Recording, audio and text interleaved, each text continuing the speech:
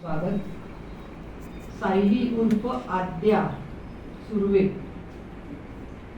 ही 2 दिवसापूर्वी तिचे पती आतिफ तासे यांच्याबरोबर निघून गेल्याचं वृत्त आपण सगळ्यांनी ऐकलं असेल आणि त्यानंतर तिला सुखरूप पुन्हा घरी आणण्यामध्ये यश आलेलं आहे आणि महाराष्ट्राचे माननीय मुख्यमंत्री देवेंद्रजी फडणवीस यांचं मी मनापासून आभार व्यक्त करते की त्यांनी या विषयामध्ये तातडीने उपाययोजना आणि पोलिसांना सूचना देऊन सायली उर्फ आद्या हिला पुन्हा एकदा तिच्या घरी परत आणण्यासाठी त्यांनी संपूर्ण मदत केलेली आहे. प्रश्न असा उपस्थित होतो की जो आतिफ तासे याच्यावर 28 पेक्षा जास्त गुन्हे दाखल आहेत आणि सुप्रीम कोर्टापर्यंत ज्याला बेल रिजेक्ट झालेला आहे, अशी व्यक्ती ही सगळ्यांना दिसते, परंतु पोलिसांच्या दृष्टिकोनातून ती फरार आहे. ही फरार व्यक्ती सायली उर्फ आद्या हिला घरी येऊन भेटते आणि जो काही परिस्थितीचा गुंता तयार झालेला असेल त्याच्यातून सायलीला त्याच्यासोबत जाण्यासाठी भाग पडलं जातं आणि एनओसी जी तिची सासू गुलशन तासे आहे हिला बेल मिळण्यामध्ये माझी कुठलीही हरकत नाही अशा प्रकारचं निवेदन तिच्याकडून लिहून घेतलं जातं.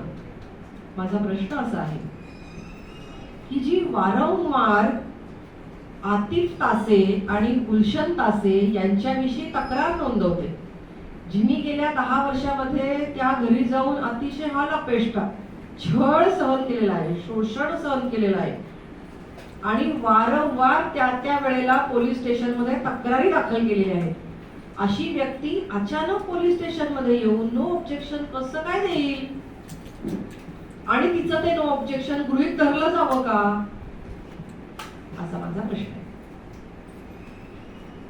माझा हाही आरोप आहे की ज्या वेळेला तिने घरवापसी केली, काही संघटनांच्या कार्यकर्त्यांच्या मदतीने तिचे अत्यंत वेळेवर मदतीला धावून गेले आणि तिला त्या संकटातून सोडवलं आणि तिची घरवापसी झाली. ती ज्या ठिकाणी राहतीये त्या ठिकाणी तिला पोलीस संरक्षण द्या असं सांगूनही पोलिसांनी वेळीच संरक्षण का दिलं नाही. हे जर पोलीस संरक्षण वेळेत दिलं असतं तर तिचे पती तिला जेव्हा घ्यायला आले तेव्हा ते पोलिसांना समजलं असतं. तिच्या संरक्षणाची जबाबदारी हिंदुत्ववादी कार्यकर्त्यांची का पोलिसांची, असा सवाल या ठिकाणी उपस्थित होतो.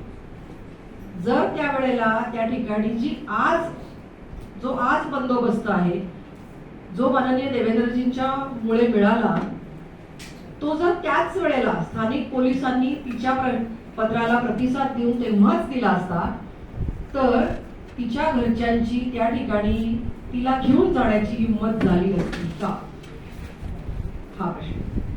मधल्या काळामध्ये अनेक वेळेला तथाकथित त्यांच्या घरातले लोक गुंड असतील हे सगळेजण वारंवार त्यांच्या घराभोवती घुंगावत होते. त्यांच्या घरातल्या प्रत्येकाचे फोन नंबर त्यांच्याकडे आहेत. कधी आईला